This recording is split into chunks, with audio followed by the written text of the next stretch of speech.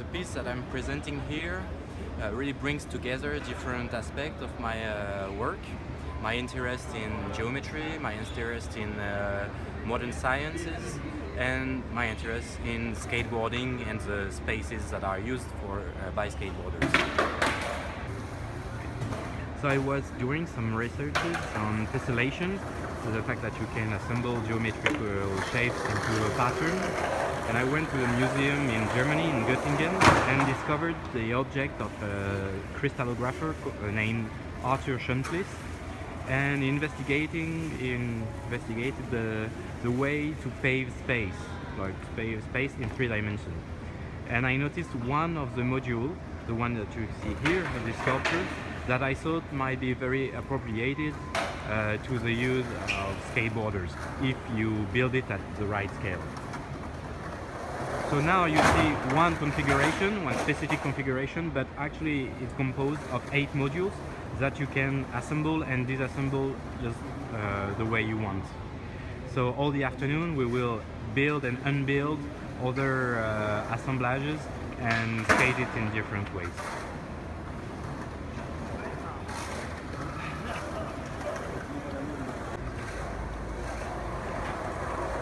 It's always hard to describe in a few words one's own practice. Maybe I would say mine is mainly focused around the idea of the migration of forms and usage through time and space.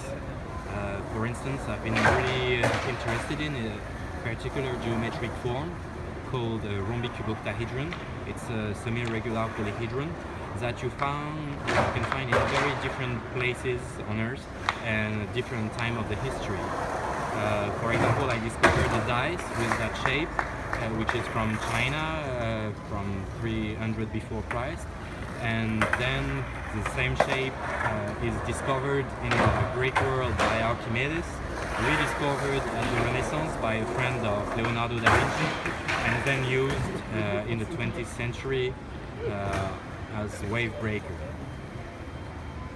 So this is one part of my researches. I'm like getting obsessed with this form and trying to like work out its history and its potentiality as a form and as a container of thought, of meaning, of mystery. And then you have another aspect of the work is my researches about skateboarding. I've been a skater myself, and I started in, let's say, maybe 12 years ago by writing a very small essay. And at first I was thinking that this essay was mostly done for me, and it was really published at 50 copies. And then an art critic I knew read it and invited me to publish in an art magazine. And then the skateboarders got access to it, and it got well, a little reputation, or certain things were explained, and so I wrote another one and then a third one.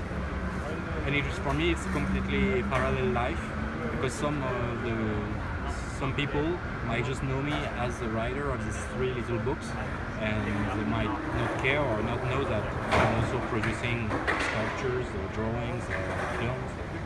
And I've always been very happy with this.